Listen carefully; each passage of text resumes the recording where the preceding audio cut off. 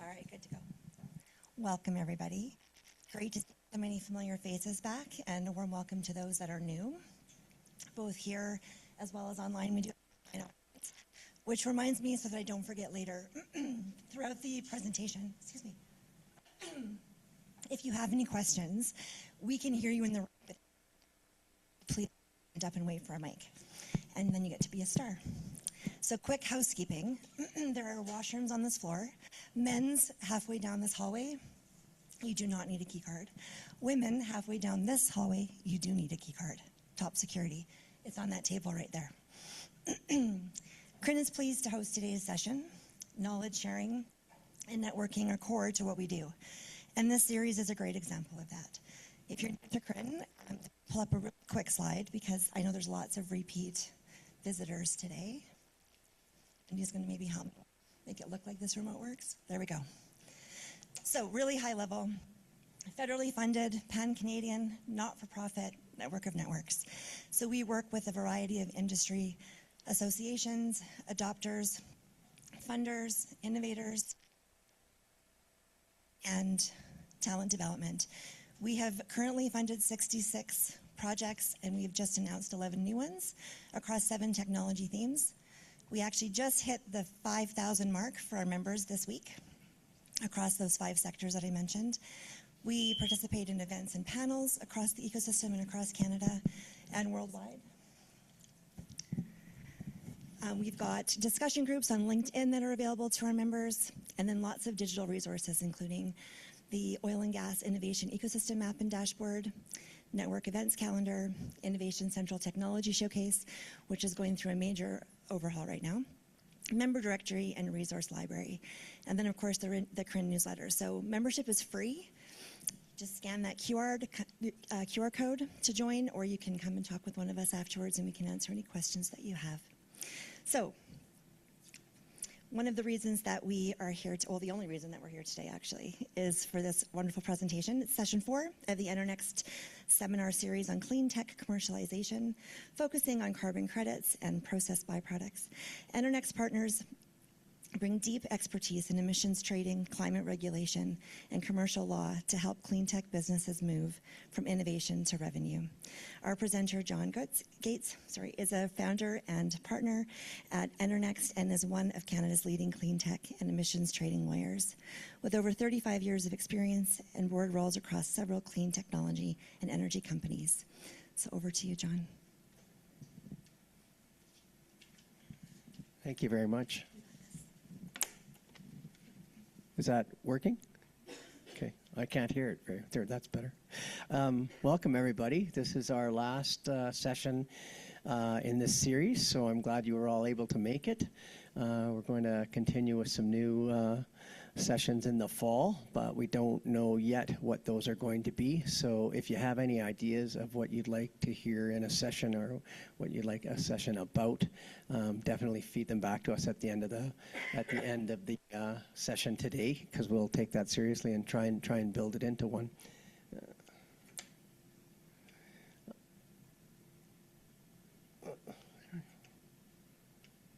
I'm on my own today. My 2 partners are both sick. One's getting just better enough to probably be able to function, but didn't want to come and spread it around, and the other one has no voice and is in very bad shape.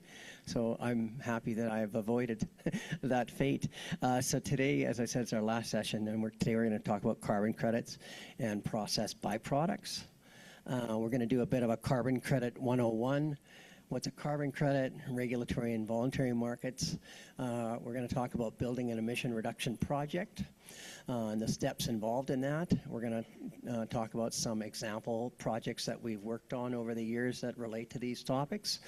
And we're going to talk specifically about process byproducts and the impact of process byproducts on project economics. And by byproducts, we typically mean products that are being generated in the process, but usually aren't the main product that's being produced and generated.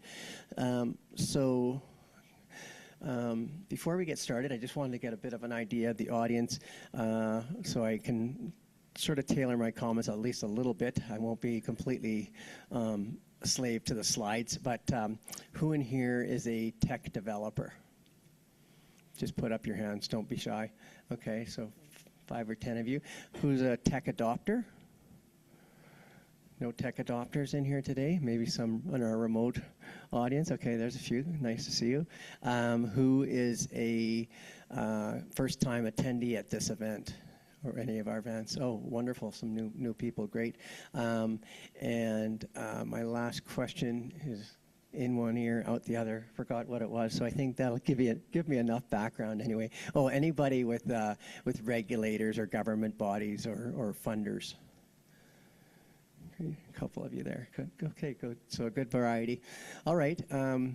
So starting off, our discussion on carbon credits is not going to be a drill down discussion. It's going to be very high level, 10,000 foot. It's just to really give you an idea of what carbon credits are and why they matter in the tech sector and in the clean tech sector in specific. I'm just going to ask one more question. Who has no knowledge about carbon credits, or they hear about them all the time, but they just don't understand what the heck they are? Nobody wants to admit to that. Okay, everybody has some knowledge, so that'll be good. I'm still going to keep this at a high level.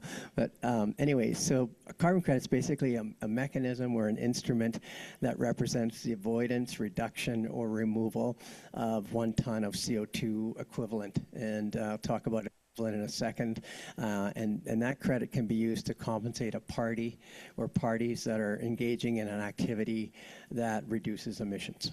So that's what a carbon credit is. It's intended to be a market mechanism that stimulates taking that activity and rewards companies for taking the risk of doing that activity and incurring the cost of doing that activity. And it's intended to subsidize them, and oftentimes it's the difference between making a project viable or not viable. And if a project is already viable without the carbon credit, you're probably not going to get a carbon credit because there's something called additionality that you have to deal with. But carbon credits are kind of intended to push a project economic over the top so that it's viable.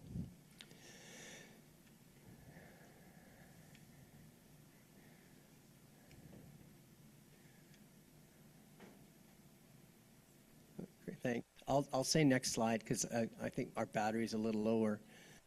Yeah, okay. And I'm not moving, so I'll say next slide. Okay, so types of carbon credits. There's kind of 4. I'm going to deal with 4 categories. There could be other specific types, but the main ones are emission avoidance credits, and these are all, in particular, in the Alberta market. The first 2 are really, the distinction doesn't matter. It's just a matter of getting a better understanding of them. But an emission avoidance credit prevents a carbon emitting activity from happening. So in order to make sure that the emission never even occurs, an example of that would be, okay, I'm gonna fuel my factory on renewable fuel instead of fossil fuel. So therefore, if I had used fossil fuel, I would have had emissions, and that's kind of the norm. That's the baseline. And so if I choose not to do that and incur the higher cost of renewable fuels, I'm going to avoid the emissions from the fossil fuels, and I'm going to get a carbon credit for it. So no emission ever occurs as a result of that decision. Emission reduction credits are where you've got an existing emission, so you've got a factory that's emitting CO2, and it can't reduce its production or whatever, doesn't want to. It's not economical to do that. They want to keep producing, so they invest in a carbon capture system. Practically speaking, that doesn't happen very often because carbon capture systems aren't really economical yet. But if we looked at what they did in Saskatchewan at Boundary Dam, they put a very expensive carbon capture system on one of their coal-fired generating plants, and they reduced a portion of the emissions from that plant. So basically, they're reducing an emission that's already occurring. And then emission removal credits are one of the more flavor of the day, interesting and economically viable credits. They're still in their infancy, but these are the ones everyone talks about because they don't necessarily understand the carbon credit market, and they hear about a $500 per ton emission removal credit price, and they go, oh, we can get $500 a ton for our emission offsets, and they get all excited, and then they have to find out the sad news that that's likely not the case, or that they're very difficult to get. But at any rate, what they are is they're actually removing CO2 from the atmosphere. So there are direct air capture systems out there right now. They're very expensive. The cost per ton of capture is very, very high, and so they're not being widely used. They're being used more on an experimental basis right now.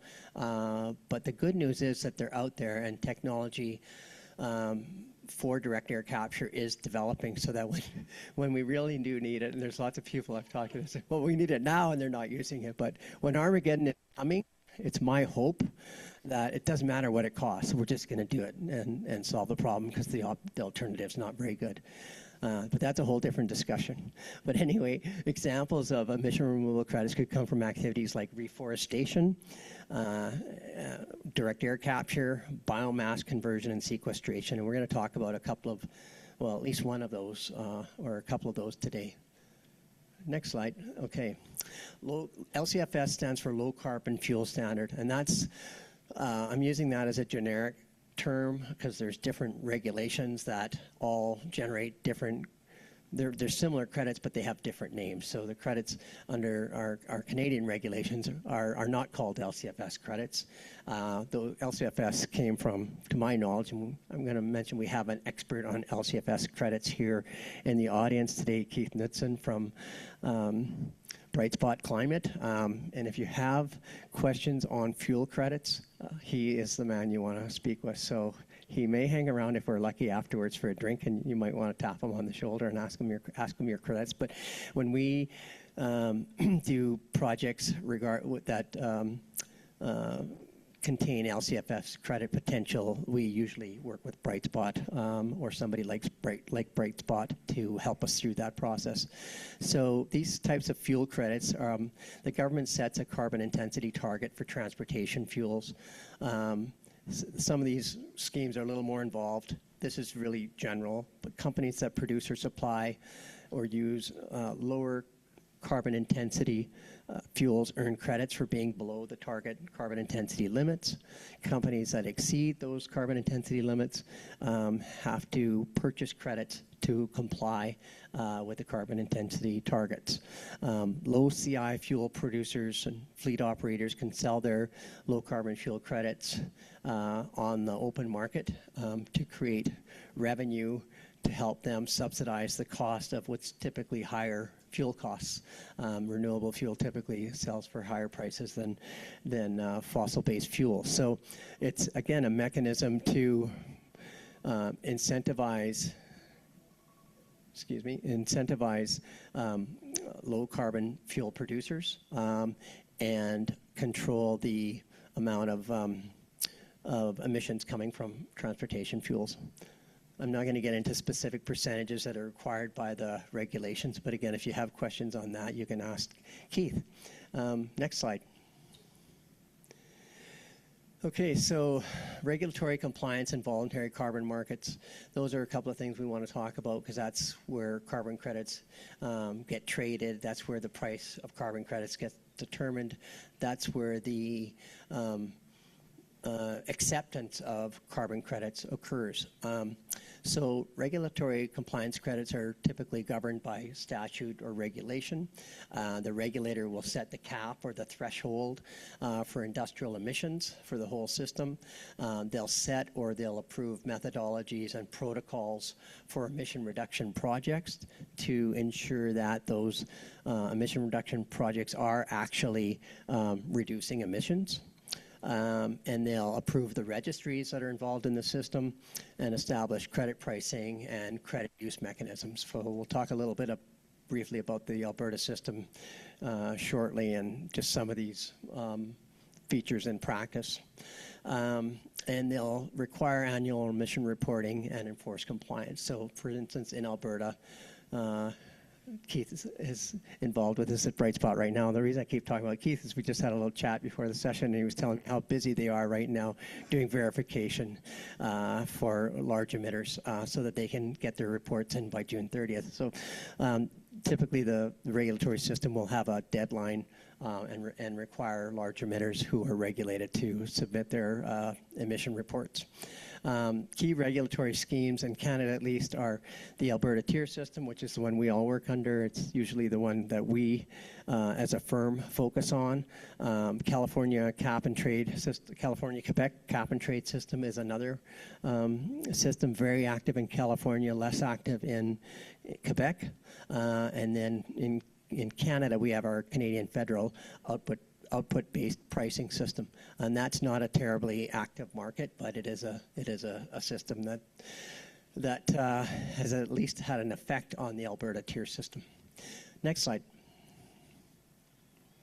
Okay, so voluntary markets, basically they were developed voluntarily for standards and certification by standard and certification bodies that set standards and protocols for the issuance of credits by the registries that are involved in the standards. So, for instance, the leading certification standards registries in North America include VERA, which is the largest global program voluntary carbon market. They use the verified carbon standard. The gold standard was developed by non-governmental organizations to align with UN Sustainable Development Goals and provide social benefits, so they're going a little beyond just reducing carbon. They have some other requirements. American Carbon Registry, a US-based standard, primarily focused on domestic forestry and agricultural projects. It's got some gravitas as far as a respected registry goes because they're accepted by the California Cap and Trade Program Compliance System, which is implemented by the California Air Resources Board, and likewise with Climate Action Reserve, also primarily focused on North America and also accepted for CARB. So those are some examples of the larger players in the voluntary market. Next slide. And then there's newer specialized voluntary markets. And these standards and registries specialize in carbon removal credits and other unique protocols. So examples of these would be Puro Earth is one of the better known registries for carbon removal credits. They have a host of protocols, and they are the largest active registry for these types of credits, although the volumes are still relatively small compared to normal emission offset credits. Isometrics, which is really in its infancy and has really traded a very small volume of, or registered, I should say, a very small volume of carbon removal credits, but they also have several protocols, and they are an up-and-comer that's backed and being acknowledged / approved by, some of the largest technology companies in the world. So the Big 10 are organized under a group of their own, and they are buying credits that are coming off the Isometrics registry. We have a client that just sold a very large number of carbon removal credits through that registry, that are registered on that registry. The Ecosystem Outcomes Exchange, what's that? Well, no one's heard of it because it doesn't quite exist yet. It's one of our client projects that we're involved in. It's Canadian-based out of Alberta, but it's focused on agriculture-based environmental attributes with co-benefits. And it's, as I say, it's not operational yet. We're looking to have it operational sometime next year. But it's unique, and we'll talk about one of the projects that will be the first project on that registry that we have been helping to develop. Next slide. So steps in development of an emission reduction project. There are several steps. I'll touch on each one. You can ask me questions, by the way, as I go here. So if we're talking about a particular step and you have a question about that step, just put up your hand and ask a question. It's more interesting to have questions throughout than to just have me here yapping at you, ad nauseum. So steps in development, the first step is to identify the opportunity for an emission reduction. So for instance, you have a technology that you think if it was implemented and deployed, it would reduce CO2 emissions. And you think, boy, that would be great. How do I figure that out? How do I get these carbon credits that everybody's talking about? Well, the only way to do that is to develop an emission reduction project. And so you've got the idea, you've identified the opportunity, but this isn't your area of expertise, so either you or an advisor goes to work on exploring existing protocols from the various registries that may have a protocol for your proposed emission reduction project. And if there aren't any protocols, which is sometimes the case, there was no protocol, for instance, for the conservation grasslands project that we're going to talk about in a few minutes. So you have to draft your own protocol. So create a protocol. And there's that is a considerably drawn out process in and of itself, requires a lot of expertise and collaboration, but it's a step that is necessary. Then you have to validate the project opportunity. In other words, is this real? If we have this protocol, does the project that we're going to be implementing it by confirm, can it be validated under the protocol? In other words, are we ticking all the boxes that the protocol requires to substantiate that we're actually reducing emissions? If there isn't a protocol, you have to draft it, as I said, and then you submit that new protocol for approval of the registry or standards body that you want to use to register your credits on. And so in this case, again, as I was talking about earlier with the Alberta conservation cropping project that we're working, conservation grasslands project we're working on, there was no protocol. We had to develop it, and in this case, we actually had to create a registry for it because there weren't any other registries that were going to be quick enough to adopt this. And the project's funded by the Weston Family Foundation. They've been very generous and very supportive, but they wanted to make progress more quickly. And our registry is also going to be doing other things that existing registries don't do, so we almost had no option but to create a new registry. And it's always kind of fun to be on the cutting edge of these things because you take everything that you know so far and try and figure out how it can help do this, but what's not going to apply and what we have to create from scratch. So next slide, please. John, there's a question online. Sure. Who does the protocol, research, drafting, validates the project, etc., if you don't have expertise in-house? I just need to get you to repeat that, sorry. Who does the protocol, research, drafting, validates the project, etc., if you don't have that expertise in-house? Sure, yeah. So it can be done a couple of ways. The client that we work with that has a pyrolysis protocol and is actually registering and marketing credits on the isometrics registry did have an in-house person, and he was quite good, but he still worked with outside advisors. We will typically, again, use Brightspot because Brightspot's done several project development programs with us. And so basically you would use a third-party advisor to help you through that process. You can't know it all yourself 9 times out of 10. Some people have, larger entities may have an expertise in-house, but it's rare that they do. So you're usually going to be looking for a third-party advisor, and that advisor is an emissions quantifier / verifier. They typically do both. But at this stage, you're looking for somebody with emission quantifications expertise because they need to know all the steps that go into and all the requirements for quantifying emissions that will eventually be verification worthy. So hopefully that answers that question. I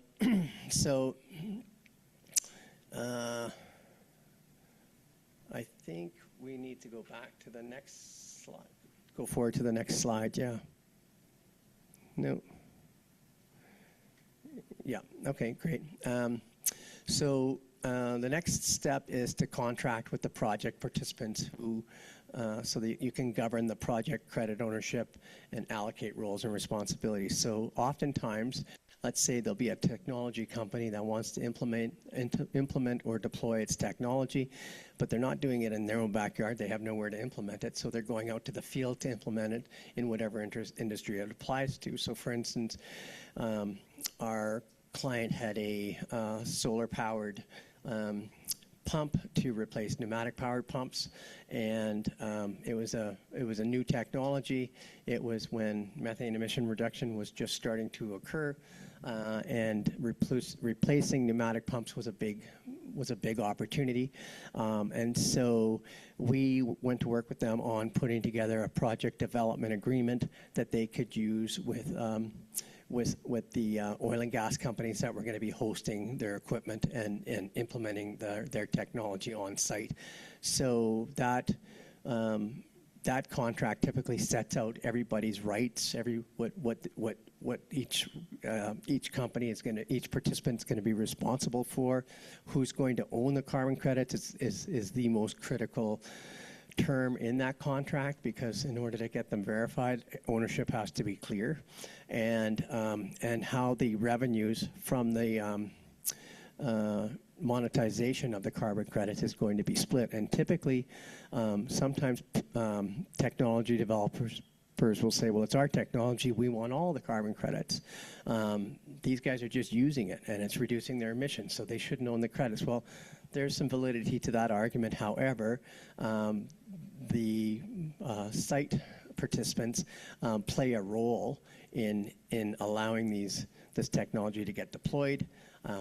They're sometimes playing a role to fund it, but most importantly, they're playing a role for cooperating on providing information so that the verifiers can go in at the end of the day and they can get the data from the project host so that those credits can be verified. If you don't involve the project host in the revenue or the ownership of the credits, they're not going to have any incentive to play nicely with you and give you all the information you need when you need it, and also make changes on site when things have to be tweaked. So you really have to go into this looking for a bit of a partnership, as opposed to just saying, well, I'm the tech developer and I should get all the credits, because that won't wash. And if it does, it's only temporary until the site host realizes it's a hassle and they're not getting anything out of it, and they want to change. They want to change technology companies. So fortunately, we act for companies that have people wanting to change to them, as opposed to having people wanting to dump them and go to somebody else. Go ahead.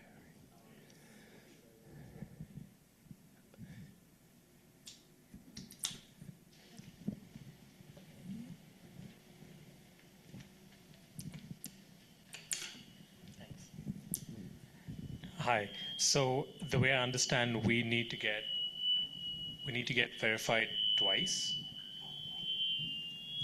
Yeah, it's.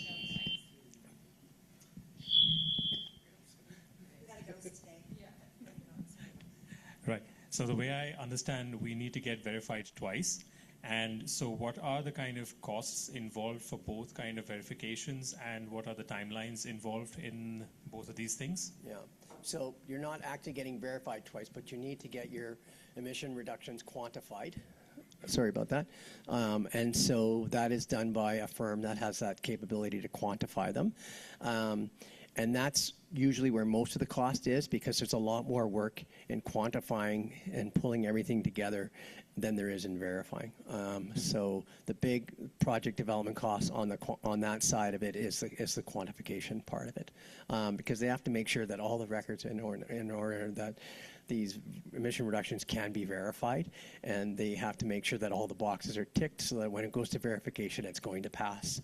And that's why a lot of them do both roles, but they never do the same role they never do both roles on the same project. You have to have a different quantifier than you have a verifier, so there's no conflicts of interest there and so on. So does that help? Great. Yeah.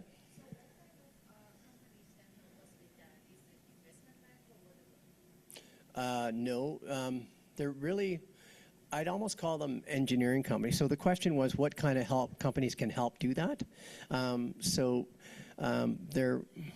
They're kind of specialized. There's environmental consulting companies that will do it. How would you, Keith? How would you describe what Bright Spot is? like we're a climate change consulting firm, and there's many firms out there that do this kind of work, but it's we have the quantification and the verification side, which is a good company to look for because they understand both sides of that equation.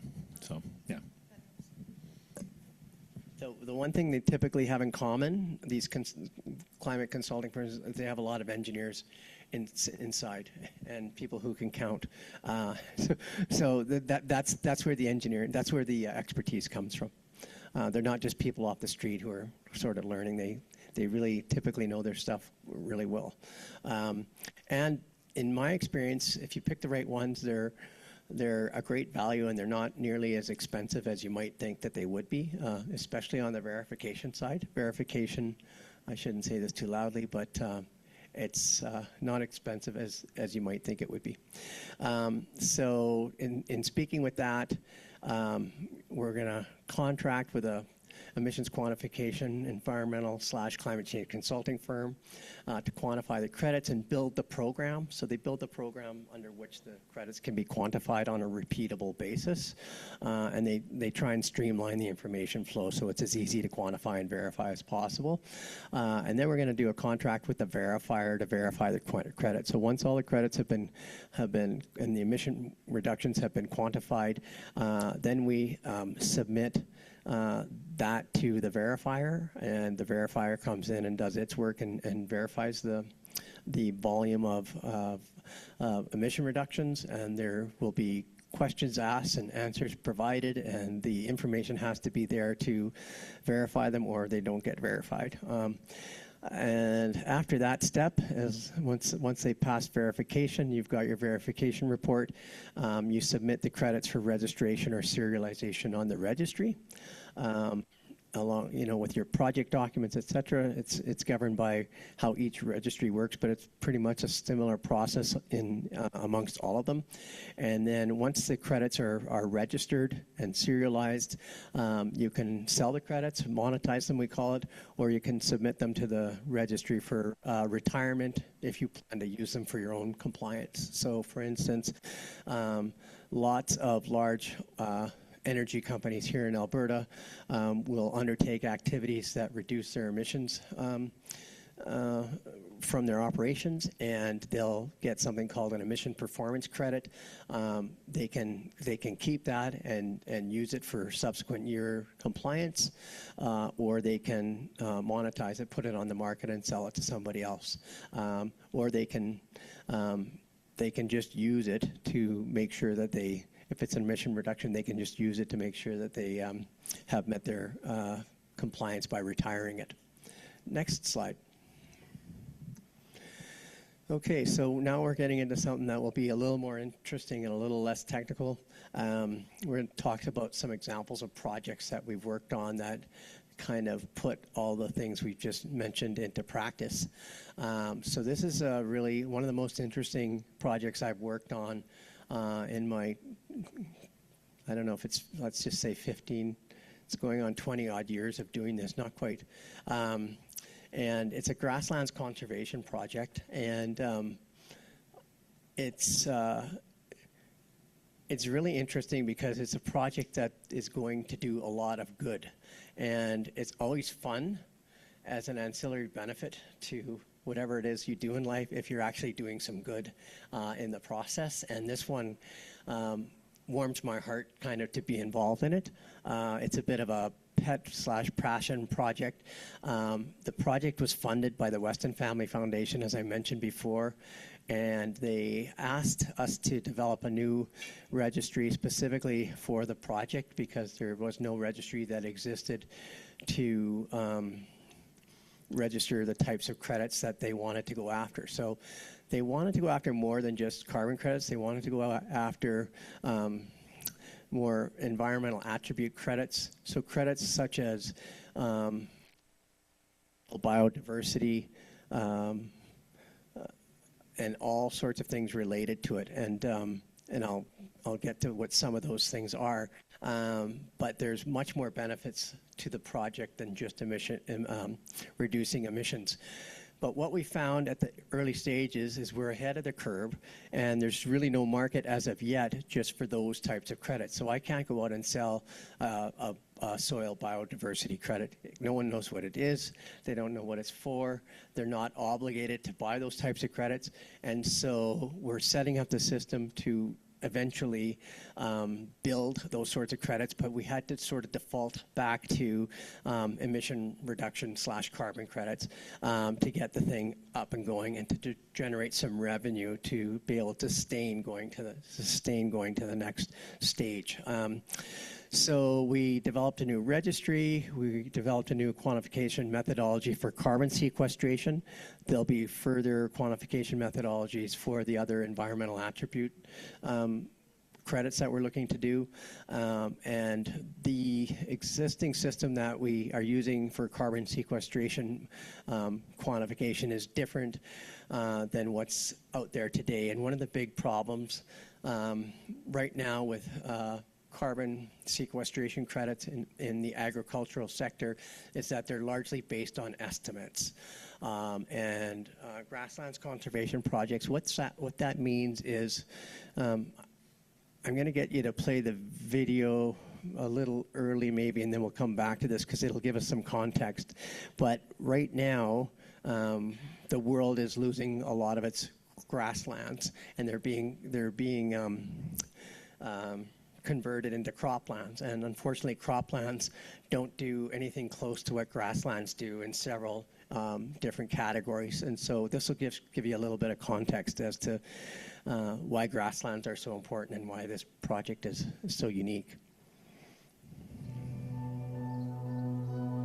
You have to read what's on the bottom. I don't know if everyone can see that. 50% of Canada's prairie grasslands birds have disappeared in the last 50 years. 70% of grasslands have disappeared. 100 tons of carbon are stored per hectare.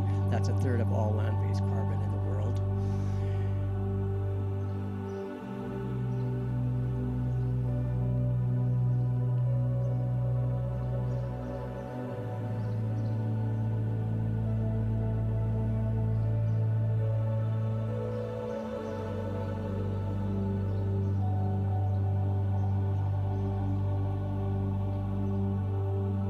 Thanks very much.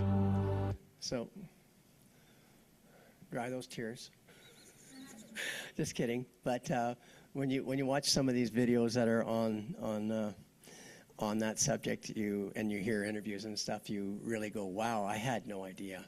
I didn't realize that so many species depended on grasslands and habitats and so on." So, as a city kid, I don't think you are in touch with that. So, at any rate, so the technology that they're using helps make quantifying the carbon economical, because as I was saying, most protocols use averages and what would I call, I guess I'd say estimates for what carbon, what certain land types will sequester for carbon. This actually goes out and does soil sampling to actually measure the carbon that's in the soil, and also measures all the different aspects of the soil. So the soil organic the soil organic composition, how compacted it is, again, how much carbon it's sequestering, how much water it contains, how much pore space there is in it, etc. So it's kind of interesting, but that sort of sampling is also very expensive to do because you have to go out and literally physically do that. So they have technology called conditional Latin hypercube soil sampling. You've all heard of that, I'm sure. And then predictive soil mapping. And basically what that technology allows them to do is determine the optimal points to do sampling. And it reduces the number of samples that have to be taken dramatically, which makes the process economically viable. Otherwise, it's not, you just can't do it. So you're stuck on estimates. And the other thing that's cool about it is we've found that certain areas that have been estimated to have, let's say 20 tons of carbon sequestered per acre, just pulling that number out of the air. When we do this sampling, it may only have 5, but because they're averaging it's incorrect. And at the same time, like, it can go the other way, where it's only thought to have 5, but it actually has 25. And so that's really important to the producer, because the producer is the one that's going to eventually have the value of these carbon credits, because he's the person who's not converting his land or her land to cropland, and they're the ones that are taking it on the chin economically to preserve their ranch lands, which are typically not anywhere near as profitable as croplands. And so if they're only getting credits for 5 tons of carbon instead of 25 tons of carbon, that's not a great outcome either. So this is why the technology involved in this project is so kind of unique and groundbreaking. Next slide. John, we do have a question online. Yeah. So the question, 2 parts. How much are carbon credits worth, and are their value expected to grow, shrink, or stay relatively constant? And then also, what types of credits are typically sought after? You mentioned new credits with no market. Okay, so that's a good question at the time, because in Alberta, I'll just give you the broad strokes. Thanks. We have the tier system, and it sets an annual compliance price that you can buy a credit from the province for if you need to comply.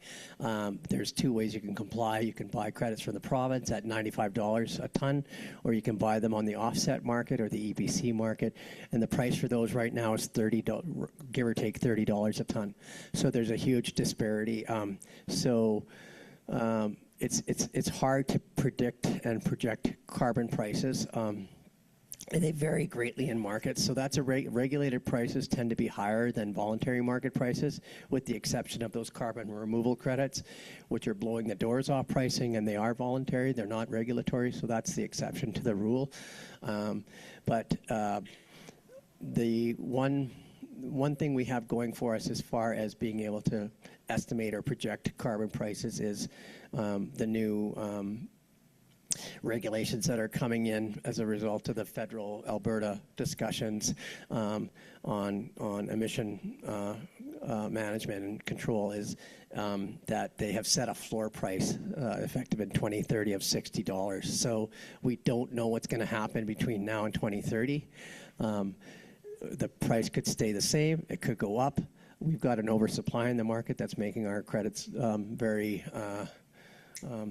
less than optimal, but after 2030, at least we'll be able to, with some certainty, say, okay, we can budget $60 per ton in our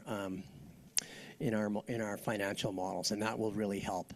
The only uncertainty there is, will different governments come in and change the plan once again, and that has happened, and it will hopefully stop happening, because it's really disruptive on all fronts. So I think that answers part of that question. I need to re-ask the second part. The second part, what types of credits are typically sought after? Yeah, so it depends on the market that you're in. So if you're in the compliance market and you're a regulated emitter, then you want compliance credits. So in Alberta, that would mean you would want tier credits that satisfy the tier requirements. If you're in the voluntary market, you want credits that are as reversal protected as possible. So there's been major problems with nature-based credits, reforestation projects in the last few years that have really muddied the waters for voluntary credit prices. Projects that were expecting certain volumes of emission reductions to occur didn't occur. And there was seen to be, dramatic overstating of carbon credits, and credits that shouldn't have been verified, or credits that got reversed. So you have to be careful when you're buying voluntary credits. You want to try and stick with the main registry, but that doesn't secure you either necessarily. But the most sought after ones, I think, in the future are going to be the carbon removal credits. They're pretty easy to verify, and that's the bottom line, is what credits will be most sought after are the credits that are easiest to verify, and that typically means something like a metered / measurable credit. So if there's a gauge and it's telling me how much fuel is being used or not being used, and I can calculate my carbon credit based on that. That's the sort of the top end. There's little or no uncertainty unless someone is just measuring it wrong and making a mistake. So the types of credits are most sought after are typically the ones that are the most rigorous and have the lowest risk of reversal.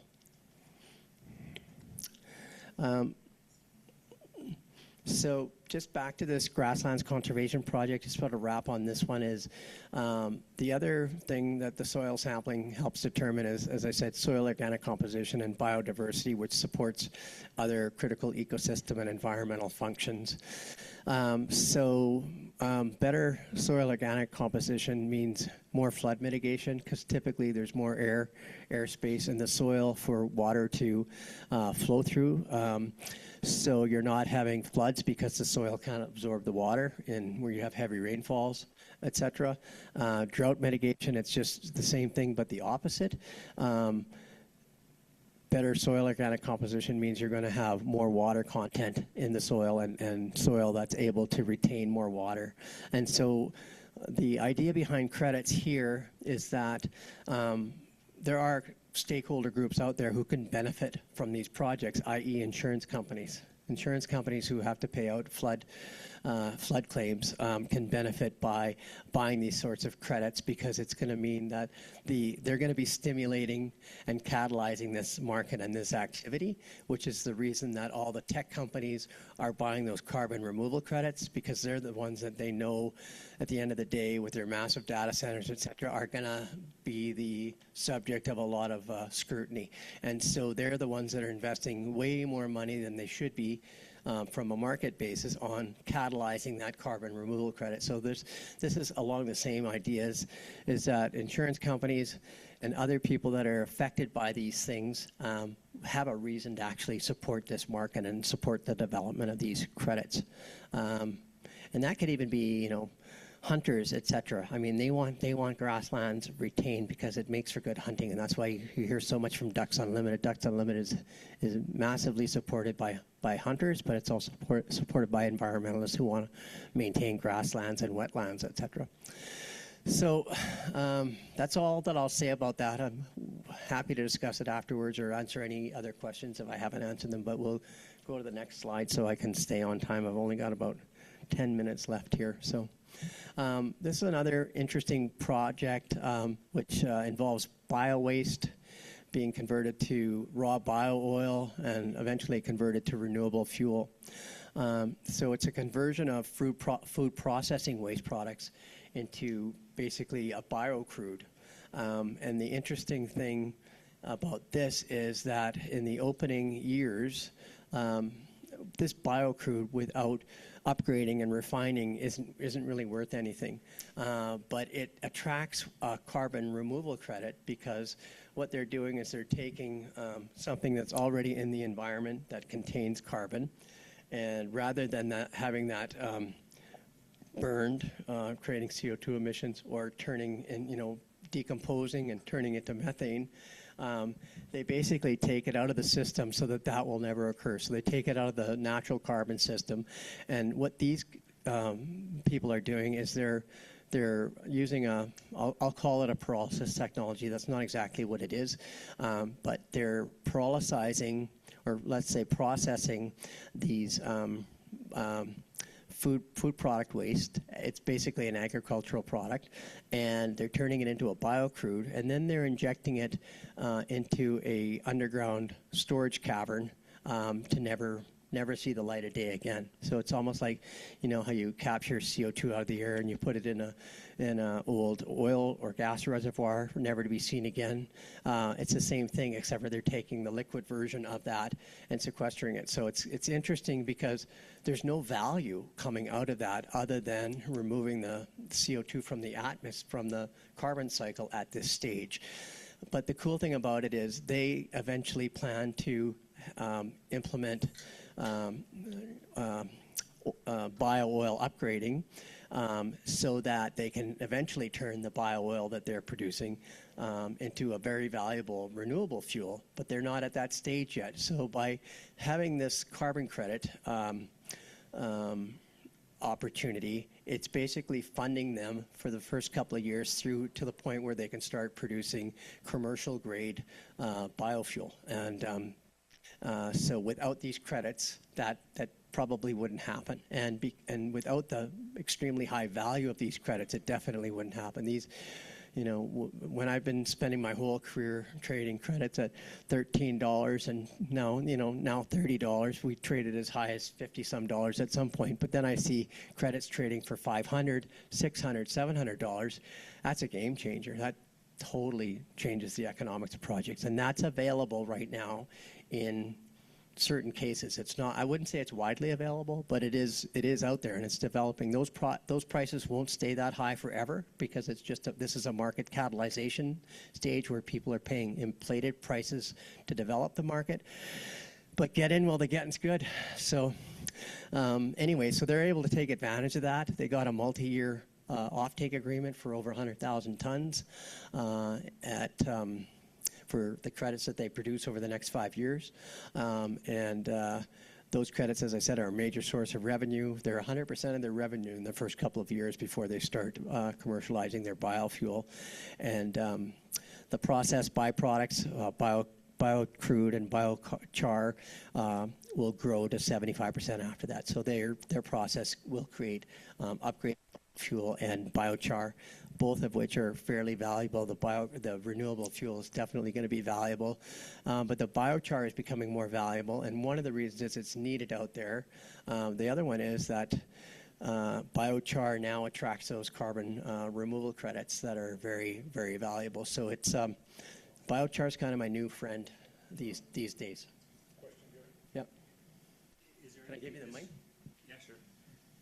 Is there anything disruptive, like if you say that in 2030 there's a floor of 60, is there a thing like futures and like you see in the stock industry where if you take $60 and you discount it to today, which is not that far away, it should be technically worth 45 today, right? Is there something like that happening that might help get up in front with some clean tech projects? Yeah, there is, and that's what we're starting to see, and we have seen it in the past. It was a big factor over the last few years.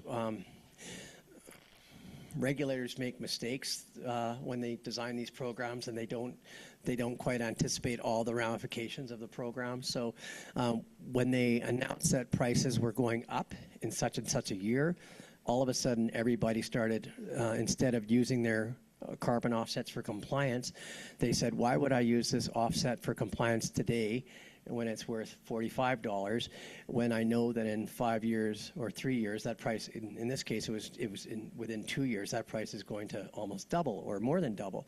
So all of a sudden everybody started banking their offsets, and that's why we have an oversupply right now, because people were banking the offsets and buying credits from the province on the basis that they thought these credits will be worth more than what the province is going to be charging me, or more than what I'll be able to get offsets for in the future. So that's kind of what can happen. But yeah, if you look at the value of money, et cetera, and making those calculations, there's lots of emitters out there right now that are buying, as I say, $30 was the last price that we've seen, and they're doing that math and saying I can hold on to these till 2030 and they'll be worth something. There's other factors such as credit expiry that comes into play. So that's a risky game to play, and it's a little bit more complicated, but there's smart people out there who will figure it out.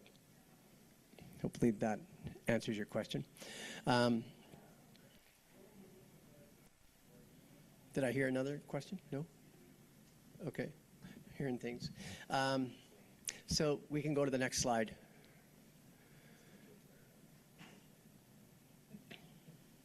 Okay, so this is a carbon capture and conversion project that you've probably heard me talk about several times on the last few sessions. You can guess who it is, but I'm not going to mention the name again. So this is capturing carbon from building heating appliances and converting it into potassium carbonate or perlite. The perlage byproducts used in manufacturing soaps and detergents, as well as other things like fertilizer. Additional byproducts process are capturing waste heat to preheat the water that goes into the building appliances. So the reaction that goes on with their reactor creates heat, but they're also taking water in off of the city system at a certain temperature, running it through their unit, and then also they have the flue gas from the heating appliances coming through their unit. So they're taking the waste heat off of those flue gases and preheating that water that's going back into their boilers. So they're reducing heating fuel requirements because of their technology in these buildings by about 20%, which is pretty significant. So that's just a byproduct, but you can see how valuable it is. So it's valuable enough now that it's becoming one of their key value propositions, and some buildings are actually buying them just for the heat recovery and not even putting the potassium hydroxide in the unit to capture them for the heat recovery. So that was a surprise. So the long-term commercialization strategy is to sell the carbon capture and reduction service and monetize the pearl ash byproducts by selling to soap and detergent manufacturers, and I would add fertilizer manufacturers on there as well. They haven't been able to do that yet because they're not at scale, and they have volumes that they can't do much with. They were literally making soap and detergents themselves, but because they weren't set up for it and they couldn't do it at scale, it wasn't economical.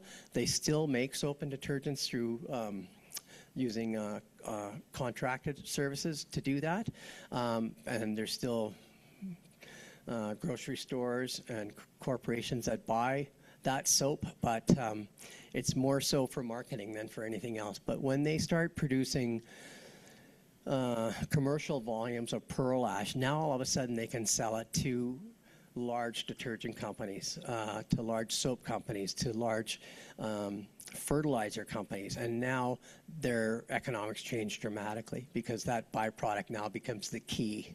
And I think I have an example of it.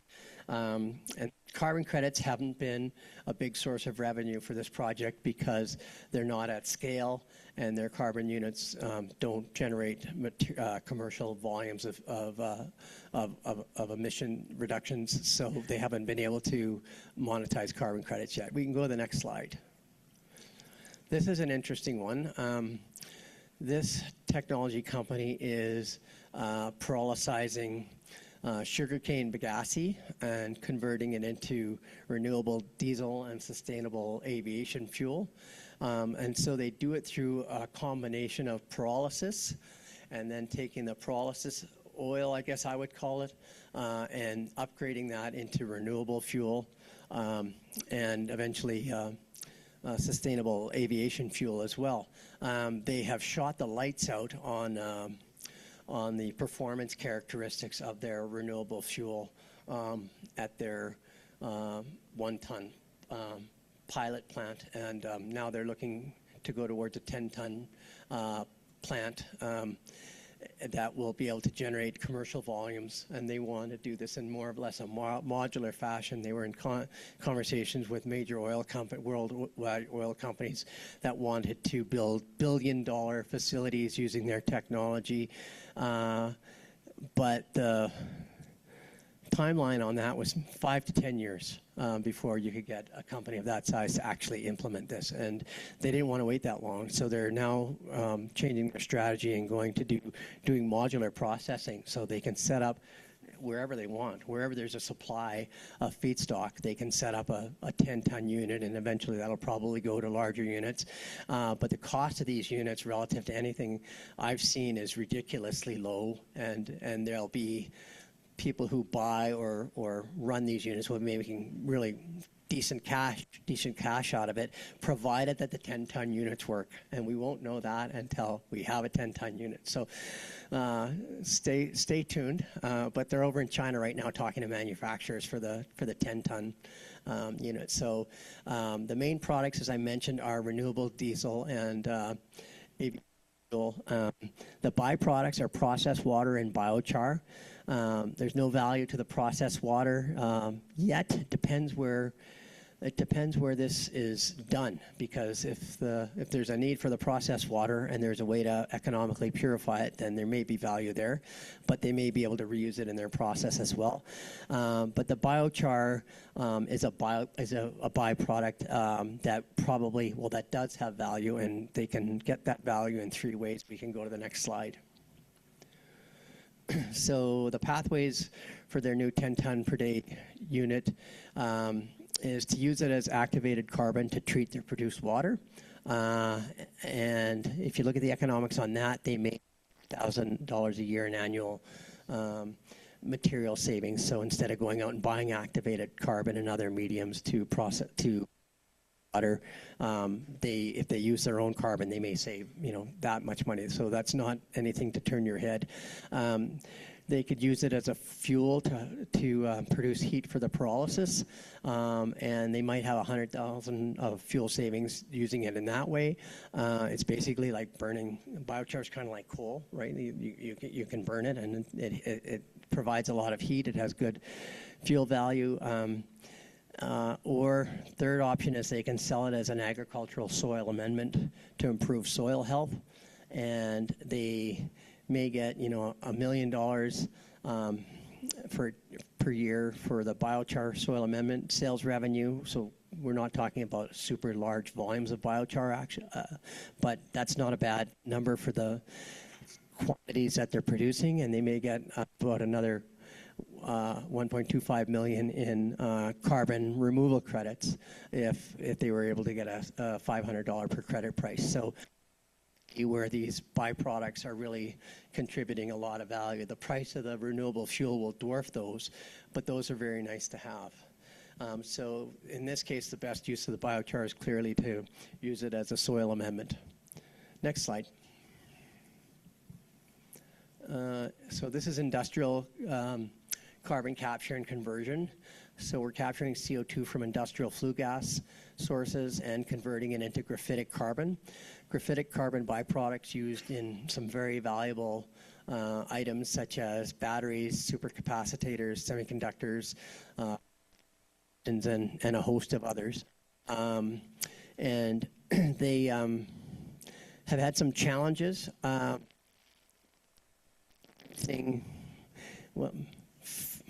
They've had some challenges producing quantities of byproduct that are sufficient enough for people to say, yeah, that's enough sample to satisfy our specification requirements. So they're stuck between a rock and a hard place where until they have more money to build a larger system to generate larger supplies that will be sufficient for sampling by their end buyers, they're kind of stuck, and their buyers are saying, yeah, we're interested, this looks good, but we need to test more, and they're not in a position at this point to provide that. So that's what they're working on.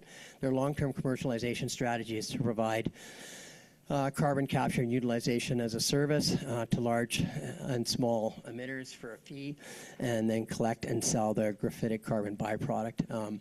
And there's some people in this room who know how valuable that product can be if they're successful at creating it. That will be where the money is. The money won't necessarily be in the fees that they get for capturing carbon. 5 minutes over time. Carbon credits will be an additional source of revenue at scale for these guys, but they're not there yet. Next, and getting close to the last slide. Oh yeah, these are the 2 most interesting slides, I think. I don't want to be standing in I'm realizing I've been standing in your way this whole time. Why are you sitting there? Okay, so I know why you're sitting there. It's comfortable. So we've got a couple of samples. These are just illustrations, but for a CCUS project to show you how these things can work. There's no legitimacy or rigor to these numbers. They're for illustrative purposes only. But what we've done is we've set out a base case here, which is just doing the service. Then we've said, okay, now what when we add carbon credits? So here, the base case, we're going to charge $5 million a carbon capture service to our clients. And again, these are low numbers in this instance, but they're just illustrative. We're going to add carbon credits to this based on 100,000 tons of CO2 captured and sequestered with credits at $32 a ton, which they were when I did this presentation, and now they're even lower. So they estimated, 3.2 million in carbon credit value. And then when we add the byproduct sales revenue, all of a sudden that adds a significant 33.6 million. But interestingly enough, these two revenues may come first. They might not come until they may come commensurately with the sales revenue. But it does show that in the base case, they're definitely out of the money. They're losing. They're at 100% loss. Credits, it helps, but it doesn't get them over the top. About a minus 28% margin. The red, and then with the byproduct sales included, they're in the black with a profit of 26 million at a 63% margin. So, it's, I don't know that I would call the. I guess I would. I mean, the graphitic carbon truly is a byproduct. It's not the objective of putting carbon capture in. The objective of putting carbon capture in is to capture carbon so emitters can meet their regulatory obligations and also so they can do the right thing for the environment. But the fact on this, the way that this technology works is as it captures the CO2, it converts it into this graphitic carbon that if they can produce it in commercial quantities will have a significant commercial value. All of a sudden it's a game changer. And these can be nice surprises. And this was actually a nice surprise in this instance where you don't realize what you're producing. Prior to that, it's not even in your economics. And in this case, once they saw it, they got overly excited, to be frank. But it's still an opportunity in the making for them. So next slide.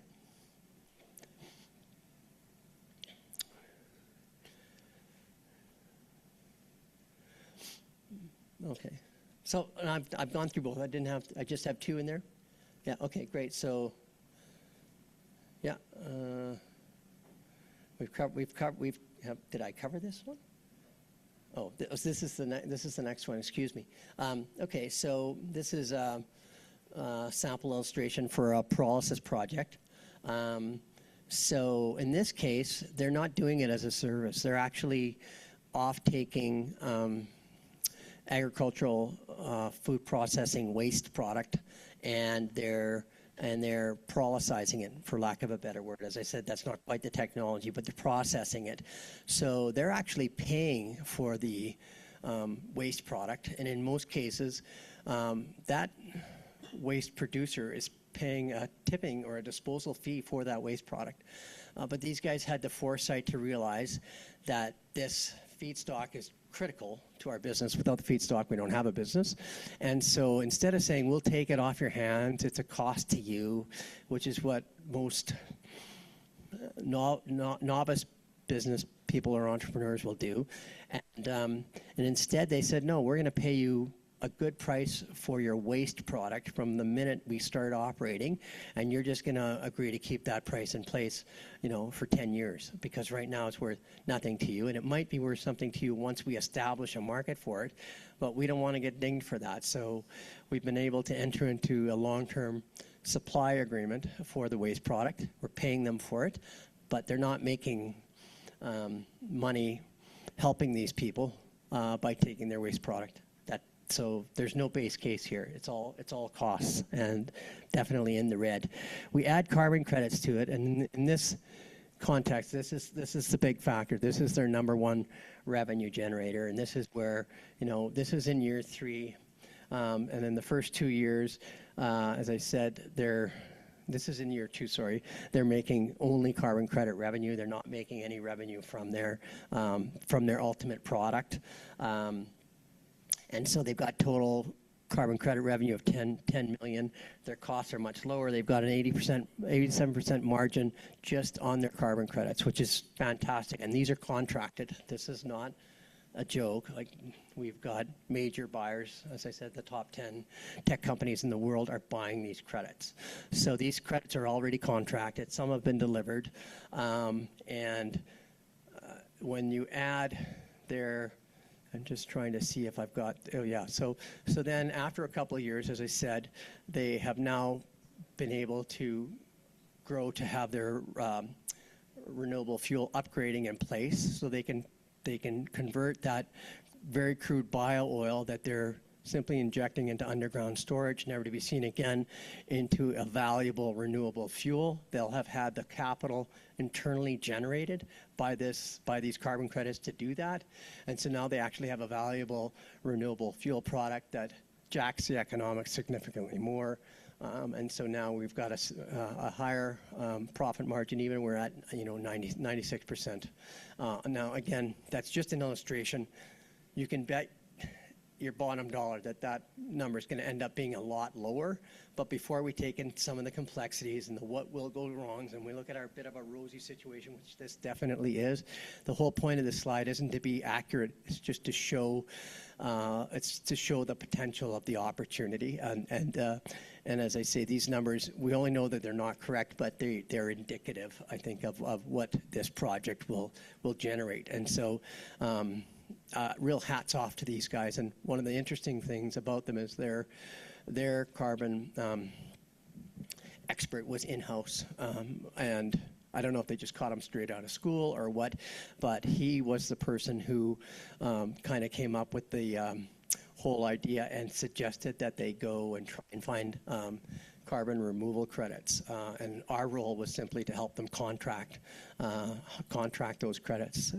So very interesting. I think that just about does it. What do we have left? Next slide. Yeah, so I think this is it. But benefits to customers and suppliers. A lot of these technologies, as I've talked about, they not only create benefits for the technology company or the project developer, they also create benefits for the host. And some of these benefits weren't expected by the host, and so it's kind of nice. So waste heat recovery was an example of one. Having some sort of a system in their facility that reduces their emissions can have the byproduct of reducing their compliance costs. So in other words, they're not having to buy carbon credits to meet their emission compliance obligations.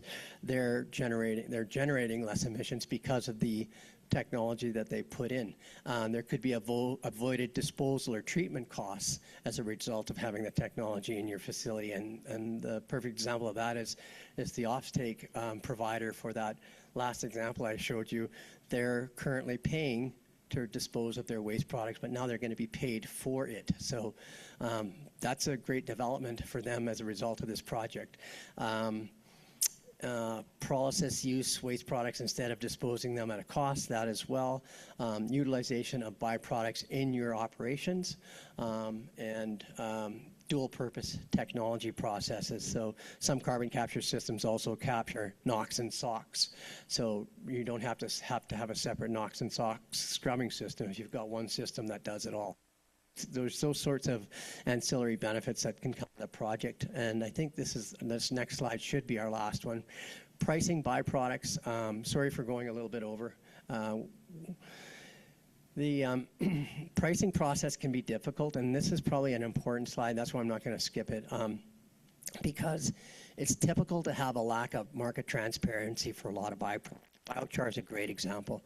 The cost range for biochars, something like $500 to $4,000. That's a big range, and it depends on the quality and the specifications of your biochar as to what area you're going to fall into. And some biochar is treated and inoculated, and some has larger surface area, so it's more valuable. But at any rate, that's a big one. And our clients come in and they go, "Oh, the biochar is this much," and you don't know what you have yet. It hasn't. Have you got it tested? You know, have you got any contracts, etc.? And so they say no, but that's what it says online. And so we bring them back into reality and tell them they just can't look online to have a reliable financial model. As I said, the price depends highly on meeting the specs for the intended use. The best evidence of what your product can command is getting an offtake agreement for it. The problem is that's challenging because there's always a chicken and egg issue that we're talking about with a few of you just before this session. And byproduct purchasers often require samples of finished product to set a price or enter an off-take agreement. And they want the finished product that's coming out of your commercial scale unit. So even though you might have a pilot unit up and running and you send them that, they go, well, that's great, but we don't know if your commercial scale unit is going to produce the same spec of product. So when you get your commercial scale unit up, send us that sample and we'll look at an offtake agreement. Well, that doesn't help the poor entrepreneur because he needs the offtake agreement to get the money to build a commercial scale unit. So this is a classic chicken and there's a couple of solutions, and that is my last slide. The next slide that you've got. Okay, so solutions might include, starting with a sample from a pilot project. That'll at least set the hook so that if they're really interested and they like what you're doing, you'll be taken seriously and they will actually be waiting for you to come back to them with something more substantial. Try and do an interim MOU or LOI. There's no commitment to that, but it can show funders that there's a credible third party out there that actually, is interested in your product. And then the most solid one would be a conditional offtake agreement. So it's actually an agreement, but it's conditional upon the byproduct meeting the specifications. So there's no obligation for this buyer to buy if the product doesn't meet its specs. The problem with that is offtake agreements take a considerable amount of time and money to get negotiated and signed. I'm just finishing a couple right now, and it's been months. And so that means expense. And so this might not be viable either. And the company or the buyer may not want to waste their time in an offtake agreement that may never get delivered on. So that one's very hard to get. So your probably best option is to get an MOU and an LOI, but that might not do it. But you've got to do what you can. Commercial volumes are typically required to obtain the buyer price, as I said. It's difficult to engage a buyer if you're not. I just went over all of these, so we can go to the next slide. Yeah, logistics I won't get into. We don't need to cover that because we're out of time. But the transportation, storage, handling are critical. Those are what a lot of entrepreneurs will overlook. And we were just working on a pyrolysis project that fortunately was being run by a bright, battle-hardened engineer, and they had a proximity issue. They had an unlimited supply of forest waste, but it wasn't in a proximate area that they could economically transport it. And so when they got a grant to find out if it was viable, because it was involving First Nations and everyone wanted it to be viable, but when they crunched the hard numbers, it wasn't, and it was clear that it wasn't. But you'd be surprised at how many entrepreneurs wouldn't have ever taken that step, and probably they couldn't afford to. These guys got funding to do it, but it is really important to have proximity. If you've only got a couple of purchasers in proximity, you might end up being a price taker unless your product is so unique or valuable that you'll be able to negotiate a good price, but those are considerations that you have to keep in mind. And the other, my partner Ashton says the better question is there a competitive market for the byproduct where the costs of processing, transport, storage, handling, inventory, et cetera, can be justified by the economics? So if you start with that question in mind, start with the end in mind, and if your economics are marginal and you don't have proximity, close your book. Don't bother going there. Don't spend money on an analysis. Just know that those two things have to jive, or you're not going to be in business. So you might have a great feedstock supply out in some area. Now you have to build a facility out there, and if it's a big product, you can't transport it economically. It costs money. If you're transporting supercapacitors or microchips or something like that, which are small and you can transport thousands of them in one truckload, that will solve your proximity problem. But if you're transporting large products either to your facility or from your facility to your customer, your economics are probably going to be out of whack. I think that's it. Let's try the next slide. Financing. Okay. Who votes we stop? This is all. It's all recorded. These slides are on the CRIN sites. You'll be able to watch this. I could talk for days. That's my problem because I'm 20 minutes overtime. But we did try to pack a lot of information into this. So if you guys are okay, we can stop. And these slides on financing, there's only a couple of them. They're interesting. I'm happy to answer any questions. Or again, just refer you to the CRIN site for the slide deck, and it's all on there. So thanks everybody for coming. Thanks for coming to our last session. Sorry to go over time. And I'll look forward to seeing you all again in the fall, I hope. Were there any other questions before I shut off my mic? No, but nobody has. Oh, we have. Somebody's actually got it. Do you really have one? The oil that's being produced off of that, what's the percentage of water that's I don't know. Yeah. There is water, though. Water treatment is one of their considerations. And we have a water specialist in this room as well who was asked to provide some solutions to that. But I don't know the specifics of it. Yeah. Yeah. concentration of water is almost 50%. Yeah, so that's high, and it can be nasty. Disposal costs can be high. Any other questions? Yeah, one question. Yes? With the price of the carbon credit set at $95 by the government, and you mentioned that the Sorry, can voluntary- you speak up a bit? I'm not able to hear you. It sure. could be the mic. Yeah. So just with the price of the carbon credit set at $95 by the government, and you mentioned at the voluntary traded market, right now it's sitting at $35.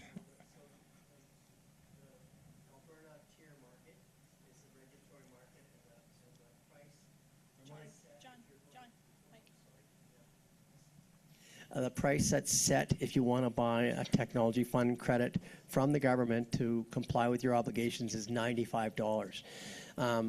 But fortunately for emitters, there's an offset market that contains emission reduction project offsets, or EPCs, and those are trading at around $30 right now. So no one in their right mind is going to go pay $95 when they can get an offset on the market for a fraction of that. Yeah, I'm trying to understand why there's such a big gap between the two prices. Is it because of the market is saturated, like a supply and demand problem? Yeah, there's a oversupply of a few years, and so until that oversupply washes out, the prices are going to remain low. I think that they're overly low right now, but the market's the market, and the market's determined $30 a price. That's the price. But as I said, the one thing we have to look forward to as project developers, not as emitters, is that the floor price, the minimum price, is going to go to $60 in 2030. So no emitter will be able to buy credits for less than $60 under the regulation. So that if you're starting a project now, 2030 you'll be here before you know it. I can't believe I've been at EnerNext. I was talking for almost 10 years. It seems like yesterday we opened our doors, and now, almost 10 years has gone by. And working with entrepreneurs, everything always takes longer. A lot of my clients say, I don't want to apply for grants because it takes too long. And by the time that grant comes, it's worth it. Invest now and go for the grant, because you're gonna still be in business, and you're still gonna need that money when that grant will come. So time is a funny thing. I think that's got it. Thanks everyone. Take care.